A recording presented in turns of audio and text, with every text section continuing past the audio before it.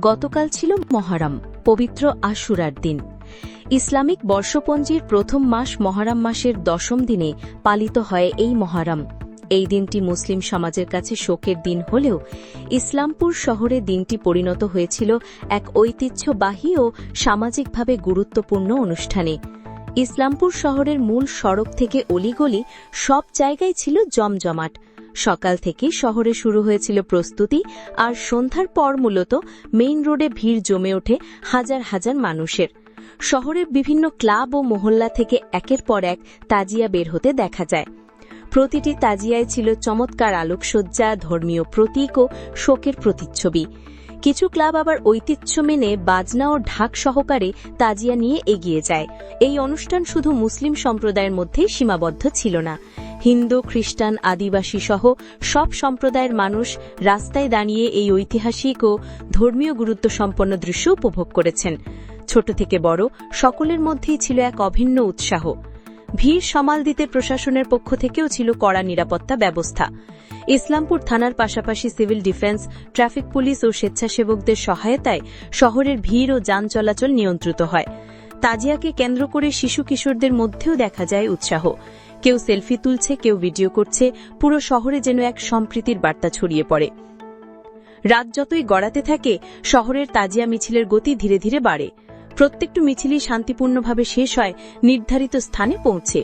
মহরম উপলক্ষে ইসলামপুর শহর আজও ধরে রেখেছে তার ঐতিহ্য, সংস্কৃতি এবং ধর্মীয় সহাবস্থানের বার্তা। তাজিয়া মিছিল উপলক্ষে ইসলামপুরের মানুষ যেভাবে মিলেমিশে অংশ নেয় তা সত্যি প্রশংসনীয়। এইভাবেই ধর্মীয় ভাবগাম্ভীর্য এবং সামাজিক সম্প্রীতির এক নিখুঁত উদাহরণ হয়ে উঠেছে ইসলামপুরের মহরম উৎসব। সরকারি উদ্যোগে শহরের বুকে চলছে প্যাকেটজাত মাংস বিপণন প্রক্রিয়া।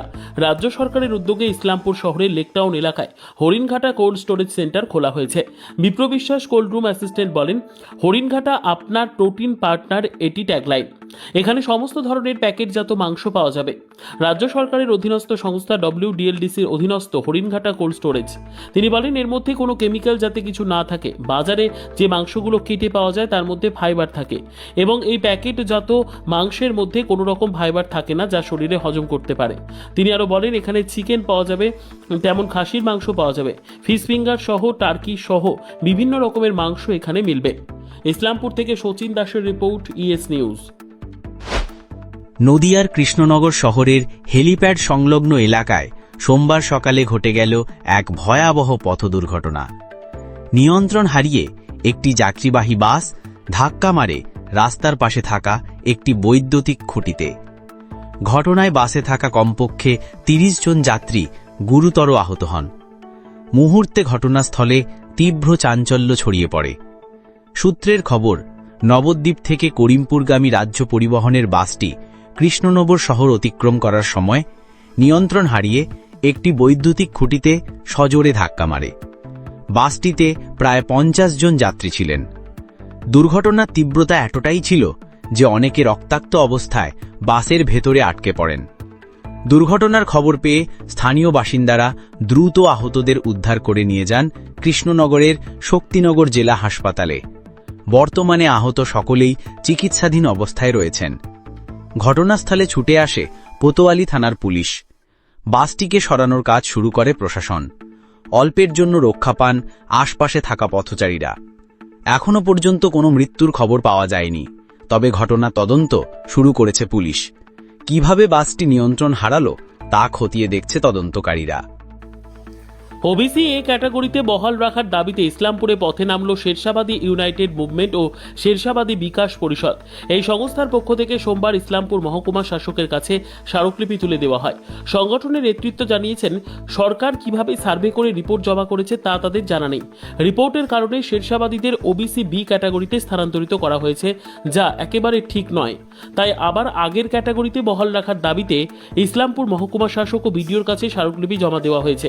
সংগঠনের পক্ষ থেকে কর্মসূচিতে উপস্থিত ছিলেন মোহাম্মদ রফিক আলম, সংগঠনের যিনি জয়েন্ট কনভেনারের দায়িত্বে রয়েছেন।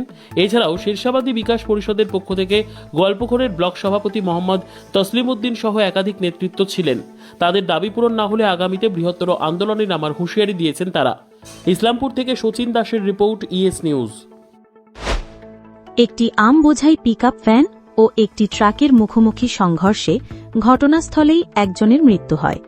গুরুতর আহত হয় আরও 2 জন। খবর পেয়ে বাগডোগরা থানার পুলিশ দ্রুত ঘটনাস্থলে পৌঁছায়।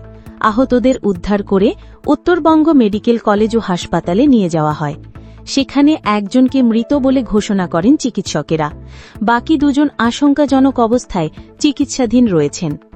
পুলিশ সূত্রে জানা গেছে, ওভারটেক করার সময় পিকআপ ভ্যানটি নিয়ন্ত্রণ হারিয়ে ট্রাকের সামনে চলে আসে, ফলে মুখোমুখি সংঘর্ষ ঘটে। সংঘর্ষের জেরে পিকআপ ভ্যানে থাকা আম রাস্তায় ছড়িয়ে ছিটিয়ে পড়ে। দুর্ঘটনার ফলে কিছু সময়ের জন্য শিলিগুড়ি বাগডোগরা সড়কে যান চলাচল ব্যাহত হয়। পরে পুলিশ দুর্ঘটনাগ্রস্ত ট্রাক ও পিকআপ ভ্যানটি সরিয়ে নিয়ে গিয়ে পরিস্থিতি নিয়ন্ত্রণে আনে। রাতের অন্ধকারে চলছিল রেশনের সামগ্রী পাচার। অভিযান চালিয়ে সেই পাচার রুখে দিল পুলিশ। উদ্ধার করা হল প্রচুর পরিমাণে চাল এবং আটা। জলপাইগুড়ির বেলাকোবার ঘটনা। বিশ্বস্ত সূত্রে পাওয়া খবরের ভিত্তিতে রবিবার গভীর রাতে একটি পিকআপ ভ্যান আটক করে বেলাকোবা ফাঁড়ির পুলিশ। সেই গাড়িতে তল্লাশি চালাতেই চক্ষু চড়কগাছ পুলিশের। সেই গাড়িতে ছিল বস্তা বস্তা চাল এবং আটার প্যাকেট। প্রায় 1770 কিলো চাল এবং 785 কিলো আটা ছিল তাতে। সেই সব সামগ্রীর কোনো বৈধ নথি দেখাতে না পারায় সেসব বাজেয়াপ্ত করে পুলিশ। গাড়িতে থাকা 2 জনকে আটক করে থানায় নিয়ে যাওয়া হয়। পুলিশ সূত্রে জানা গিয়েছে, সেই সব সামগ্রী রেশনের। রাতের অন্ধকারে এক জায়গা থেকে অন্যত্র অবৈধভাবে পাচার করা হচ্ছিল। পরে তা খোলা বাজারে বিক্রি করা হতো। এই পাচারের সঙ্গে আর কারা যুক্ত তা খতিয়ে দেখছে পুলিশ। টানা জেরা করা হচ্ছে আটক 2 জনকে। জেরায় রেশনের সামগ্রী পাচারের কথা স্বীকারও করে নিয়েছে ধৃতরা। অন্যদিকে ধৃত পাচারকারীদের মধ্যে একজনের বাবা জানিয়েছেন, দীর্ঘদিন ধরে তারা এই ব্যবসা করে আসছেন। দক্ষিণ দিনাজপুর জেলার কুমারগঞ্জের মোহনার জহরাপুকুর এলাকায় 5ম শ্রেণীর এক নাবালিকার অর্ধনগ্ন মৃতদেহ উদ্ধারের ঘটনায় ব্যাপক চাঞ্চল্য ছড়িয়েছে। পুলিশ সূত্রে জানা গেছে, ওই নাবালিকা গত শুক্রবার থেকে নিখোঁজ ছিল।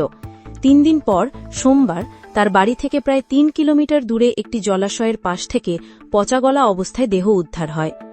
পরিবারের অভিযোগ, ওই নাবালিকাকে অপহরণ করে ধর্ষিত করার পর খুন করা হয়েছে। ঘটনার খবর ছড়াতেই উত্তেজনা ছড়িয়ে পড়ে এলাকা জুড়ে। পুলিশ দেহটি উদ্ধার করে ময়না তদন্তে পাঠিয়েছে। তবে এখনও পর্যন্ত থানায় কোনো লিখিত অভিযোগ জমা পড়েনি বলে জানা গেছে। ঘটনার তদন্তে নেমেছে কুমারগঞ্জ থানার পুলিশ। কুমারগঞ্জ থানার আইসি রামপ্রসাদ চাকলাদার জানিয়েছেন, দেহটি ময়না তদন্তে পাঠানো হয়েছে। ঘটনাটি আমরা খতিয়ে দেখছি। পুকুর থেকে উদ্ধার হলো এক যুবকের দেহ। সোমবার এই ঘটনাটি ঘটেছে উত্তর দিনাজপুর জেলার করণদিঘি থানার পিছলা কদমতলা গ্রামে। স্থানীয় সূত্রের খবর, মৃতের নাম রামু সিংহ, বয়স 38। জানা গিয়েছে, পেশায় তিনি শ্রমিক ছিলেন।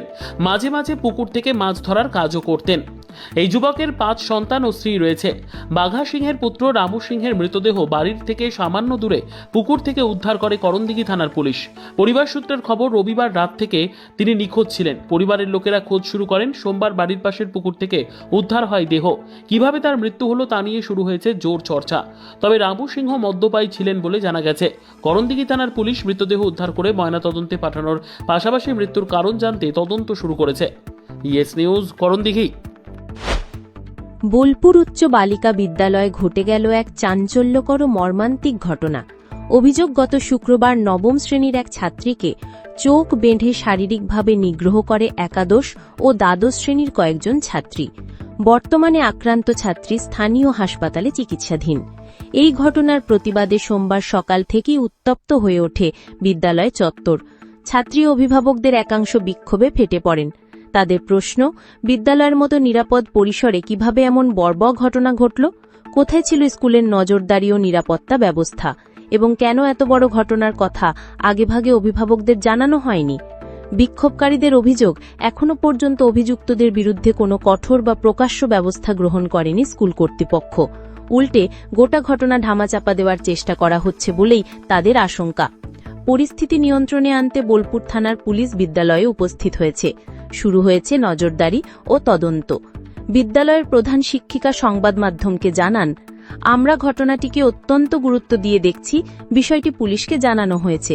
তদন্তের ভিত্তিতে প্রয়োজনীয় ব্যবস্থা গ্রহণ করা হবে। তবে এত কিছুর পরও অভিভাবক ও ছাত্রীরা স্কুল বন্ধ রেখে বিক্ষোভ চালিয়ে যাচ্ছেন। তাদের দাবি, অভিযুক্তদের চিহ্নিত করে কড়া শাস্তির ব্যবস্থা করতে হবে। পাশাপাশি ভবিষ্যতে এমন ঘটনার পুনরাবৃত্তি রোধে স্কুলে নিরাপত্তা জোরদার করতে হবে। এই ঘটনায় স্কুলের পরিবেশে চরম অস্থিরতা তৈরি হয়েছে। আতঙ্ক ও উদ্বেগ ছড়িয়ে পড়েছে ছাত্রছাত্রী ও অভিভাবকদের মধ্যে। স্থানীয়দের মতে এই ঘটনার যথাযথ তদন্ত ও কঠোর পদক্ষেপ না নেওয়া হলে ভবিষ্যতে এমন ঘটনা ফের ঘটার আশঙ্কা থেকেই যাবে। ইসলামপুরে কিশোর নিখোঁজের ঘটনার পর কেটে গিয়েছে 1 মাস, কিন্তু এখনো পর্যন্ত তার কোনো সন্ধান মেলেনি। উত্তর দিনাজপুর জেলার ইসলামপুরের মাটিকুণ্ডায় কিশোরের বাড়িতে এখনো পর্যন্ত দুশ্চিন্তার আবহ। পুলিশের ভূমিকা নিয়ে প্রশ্ন তুলে ফের থানা ঘেরাও করে বিক্ষোভ দেখালো ওই কিশোরের পরিবার এবং স্থানীয় প্রতিবেশীরা। কোনো রাজনৈতিক ব্যানার ছাড়াই এদিন আন্দোলনে নামতে দেখা গিয়েছে বাম কংগ্রেসের নেতাকর্মীদেরও। ওই কিশোরের মা জানিয়েছেন, কলকাতাতে গিয়ে পুলিশের সঙ্গে দেখা করেছেন, তাও খোঁজ মেলেনি ছেলের। এর আগেও পুলিশের ভূমিকা নিয়ে তারা প্রশ্ন তুলেছেন। আবারও একই ছবি লক্ষ্য করা গেল। এদিন বিকেলে ইসলামপুর থানার সামনে বিক্ষোভ দেখান ছয়ঘরিয়ার বাসিন্দারা। প্রসঙ্গত, কয়েক মাস আগেই এলাকারই বাসিন্দা এক যুবকের কলকাতার মহেশতলার কারখানায় কাজ করতে গিয়েছিল ওই কিশোর এবং তার দাদা। মোবাইল চুরির অপরাধে ওই কিশোরকে উল্টো করে ঝুলিয়ে বিদ্যুতের শক দেওয়া হয় নির্মমভাবে। ঘটনার পর থেকে নিখোঁজ কিশোর। এই ঘটনায় জড়িত 5 জনকে ইতিমধ্যেই পুলিশ গ্রেপ্তার করেছে, কিন্তু তারপরেও কেন নিখোঁজ কিশোরের সন্ধান মিলছে না তা নিয়ে উঠছে প্রশ্ন। Yes news, Islampur. বাঁকুড়ার কতুলপুরের সরিষাদিঘি কলোনি এলাকায় এক ব্যক্তির পচাগলা দেহ উদ্ধারের ঘটনায় চাঞ্চল্য ছড়ালো। মৃতের নাম শ্যামলী সাঁতরা, বয়স আনুমানিক 55। তার স্থায়ী বাসস্থান ছিল ভীমাহার গ্রামে। তবে গত কয়েক বছর ধরে তিনি সরিষাদিঘি এলাকায় একটি ক্যানেলের পাশে তারপলিনের তাঁবু খাটিয়ে একা বসবাস করতেন। স্থানীয় সূত্রে জানা গিয়েছে, শ্যামলী ভিক্ষাবৃত্তি করেই জীবিকা নির্বাহ করতেন। তবে তার অতীত ঘিরে রয়েছে বিতর্ক। পুলিশ জানিয়েছে, প্রায় 30 বছর আগে স্ত্রীকে খুনের অভিযোগে শ্যামলী সাঁতরাকে যাবজ্জীবন কারাদণ্ড দেওয়া হয়। প্রায় 15 বছর আগে তিনি জেল থেকে মুক্তি পান, কিন্তু পরিবার আর তাকে গ্রহণ করেনি। সেই থেকেই সমাজ বিচ্ছিন্ন জীবনযাপন করছিলেন তিনি। গতকাল সন্ধ্যায় স্থানীয় বাসিন্দারা তার তাঁবু থেকে প্রবল দুর্গন্ধ পেয়ে সন্দেহ করেন। তাঁবুর ভিতরে উকি দিয়েই তারা দেখতে পান মেঝেতে শ্যামলীর পচাগলা দেহ পড়ে রয়েছে। খবর পেয়ে কতুলপুর থানার পুলিশ ঘটনাস্থলে পৌঁছয় ও দেহটি উদ্ধার করে ময়নাতদন্তে পাঠায়। মৃত্যুর কারণ জানতে তদন্ত শুরু করেছে পুলিশ। প্রাথমিকভাবে এটি স্বাভাবিক মৃত্যু বলেই মনে করা হলেও ময়নাতদন্তের রিপোর্ট না আসা পর্যন্ত কিছুই নিশ্চিত নয়।